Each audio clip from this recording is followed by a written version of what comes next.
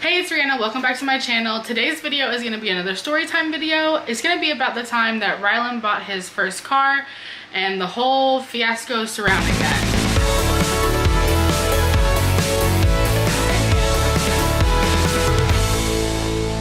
Okay, so Ryland moved in with us in January, and obviously he didn't have a vehicle. And so during the first couple of months after he got the job at Polo Loco, he was saving up his money, and Jonathan and Jamal, which is Jonathan's boss, had been kind of like working to find something good for Ryland for his first vehicle. But he did need to save up, Ryland did need to save up some money. He wasn't being super particular about his first car, but he was being slightly impatient.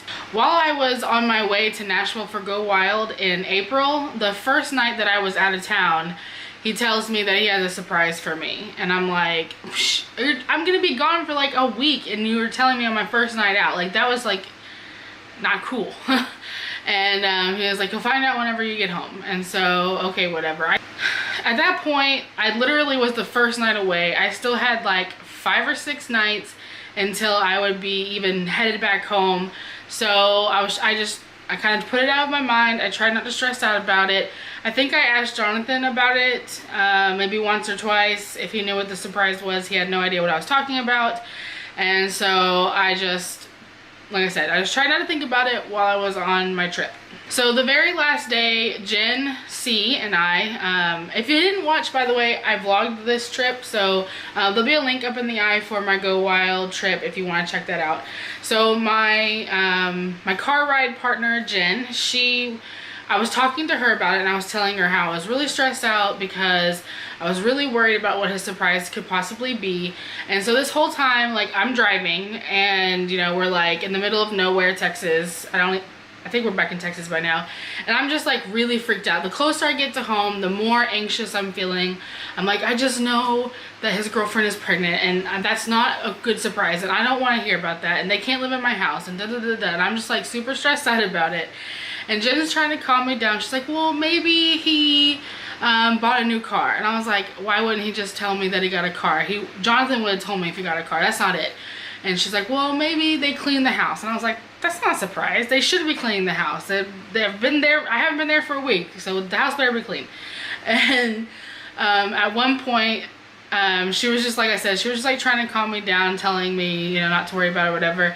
And at one point, she was like trying to distract me from like my mini freak out that I was having. And she was like pointing to the other side of the freeway where these 18-wheelers had these gigantic like industrial fans, like, like 5 stories high or something crazy. And I was like, yeah, big fan, and blah, blah, blah, blah. And we just laughed our head off about that. So kind of like an inside joke, but it's kind of funny. But anyways, I get home, I pull up in the driveway, there's a car that I don't recognize. Ryland comes out and he's like, I bought a car, this is my car. And I was like, okay, so that's what your surprise is. Okay, all right. So it was a car, it wasn't a baby. I was good. But that's not what the story is about. The story is about this damn car. So I was a little bit annoyed that he was impatient and went and bought a car without me or Jonathan there, because, I mean, they take advantage of people who aren't experienced, number one. And number two, he had someone trustworthy to buy a used vehicle from. And if you're going to buy a used vehicle, you have to trust, the salesman or the place that you're buying it from or whatever. So he actually bought it from this tiny little, I don't even know, like, lot that's in front of our neighborhood. Just a bunch of like cash cars. It was a Mitsubishi something. It was an older car. I mean, it was super sketch. Like, I mean, especially for being like profiled and stuff like that. Like, I just didn't think that was a good car for him. I'm like, you're gonna get pulled over every time a cop sees you in that car. Not to mention, like, the interior wasn't great. You couldn't open the gas like tank thing from the little lever. It was broken. You had to pop the trunk to pull there was like a lever that was installed you had to pull to open the gas tank. There was like marijuana paraphernalia. I think there was actually marijuana in the trunk because like whoever owned it before him, and that's like really not good for Ryland because he's on parole. So it was like, you need to take it to get it detailed because you don't know what else is in this car, and the cops aren't going to believe you if you try to say it's not mine. So yeah, so the vehicle had a lot going for it. So we paid $1,200 for it in cash, but there was going to be like, he had to pay $150 every 2 weeks for like, I don't even know, $2,500 or something like that. I can't remember the exact terms of the contract, but I know that it wasn't paid in full. And so, you know, okay, he's happy, he's got a car, it's whatever. I mean, it's his money, I guess. But then we noticed that it's leaking on the driveway.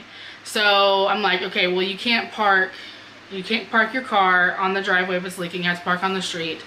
And then like another week goes by and he breaks down on Barker Cypress, which is a main road just outside of our neighborhood.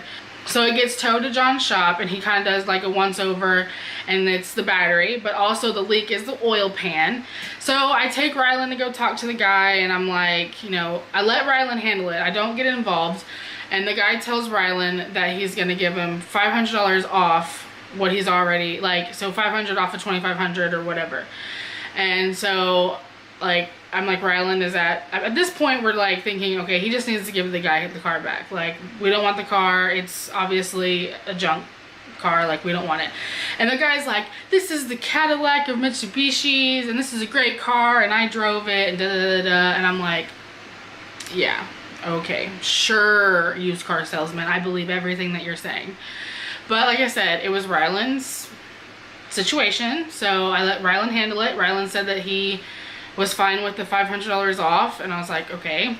I mean, I tried to explain to him that $500 off doesn't really help because you still have to get the oil pan fixed, and you're gonna have to pay out of pocket. So, like, that's not really helpful, but, you know, like I said, it's Ryland's decision. A couple nights later, I get a phone call from Ryland around 9 o'clock. He says that whenever he's idling, the car is like really rough. It's blah, blah, blah, blah, blah. There's lots of smoke coming out of the back. It smells like gasoline. So we tell him to come home, and he calls us when he pulls onto to our street, and you can just see this like trail of smoke behind the car, and it just smells like gas really strong. And so Jonathan's like, you know, whatever Jonathan says about it, I can't even remember now.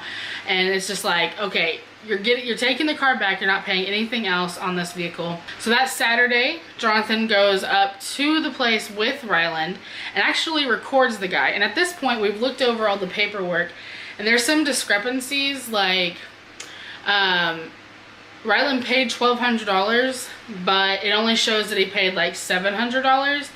And when he asked him about it, he said, oh, well, that other was for tax, title, and license. But then there was like another spot on the contract where he was charged for tax, title, and license. So just like that right there wasn't right. Jonathan also noticed that when you crank up the car, you know how all the lights are supposed to light up on the dashboard, the one for the check engine light didn't light up, which meant that he either removed the bulb or whatever to keep it from lighting up, or he covered it up with tape. Those are highly illegal. That car could not have passed inspection. There's no way that it passed inspection, so it was obviously a illegal inspection vehicle as well. And I mean, it was just a really bad situation.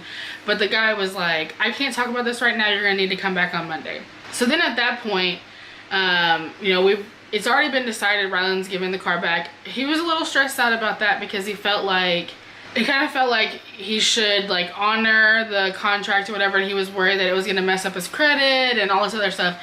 And we were like, Ryland, no, you cannot. First of all, the guy's probably not even going to report it to credit people anyways, because what he did was illegal. But I mean, otherwise you just can't pay for this car. It's junk. It's a garbage vehicle. Like, you should not have bought the car, number one. But now that you have it, like, we have to give this car back to this guy. You're not paying anything else. You're not going to pay another payment on this car. You're taking it back. So the next couple days go by, and I end up going up there. We were trying to get Jamal to go up there with Jonathan and Ryland, but unfortunately Jamal wasn't available. So eventually I just went up there with Ryland, and I let Ryland go in first, you know, try to handle it. And all of a sudden, the guy and Ryland are driving off And I'm like in the car. The guy gets in the car and drives, and Ryland's in the passenger seat. And so I follow them, and he drives to some shop, and I guess like a shop that's affiliated with him, but the shop was closed actually. So they come back to the dealership, or the parking lot essentially, and we're talking to the guy again, and this time I just walk in there, I tell Ryland, give him the keys back, we're leaving, like, no, this is not okay. And I tell the guy, I know, and I am recording him at this point as well, I do know that that car is illegal. It's an illegal inspection. You've completely lied on the contract. You like basically stole $500 from my brother on top of the money that you're practically stealing from him just selling that car to him. It's garbage. And so I'm like, come on, Ryland. I was like, give him the keys and let's go. So we start walking out, and at this point the guy kind of like follows us back out, and he's like, okay. He's like, what do you want to do? And I just look at Ryland, because like I'm trying to keep Ryland in charge of all this. And so Ryland says he doesn't want the car. And so at this point the guy's like, okay, fine. He's like, and he basically says, the way that I understand it is, okay, I have to buy it back from you because I've already titled it in your name, talking about Ryland. So basically, just to wrap this whole story up, the guy ended up buying the vehicle back from Ryland. He didn't get all of his money back, but I believe he got like $500 back. And he got out of the contract, and that car is still sitting there. It's been like 3 months. The Cadillac of Mitsubishi's has not been sold. So I just cannot believe that that whole thing went down. He should have waited for us to go with him to buy a car. He should have bought a car from Jamal. But luckily, a couple months later, actually a couple weeks later, I got my car. I got my Kia Soul, and I sold him my Envoy. So now he has a reliable vehicle, good maintained vehicle that was mine. Jonathan takes care of our cars. So Ryland is really lucky to have us. That's the story of Ryland's first car buying experience. I thought it was pretty funny, and I wanted to share it with y'all. I have a few other story time videos that I have been thinking about doing for y'all, including the time that I dated a dead guy. So if you would like to see that video, go ahead and give this one a thumbs up. Please subscribe if you haven't already. Leave any comments or questions down below, and I will see you guys next time. Bye!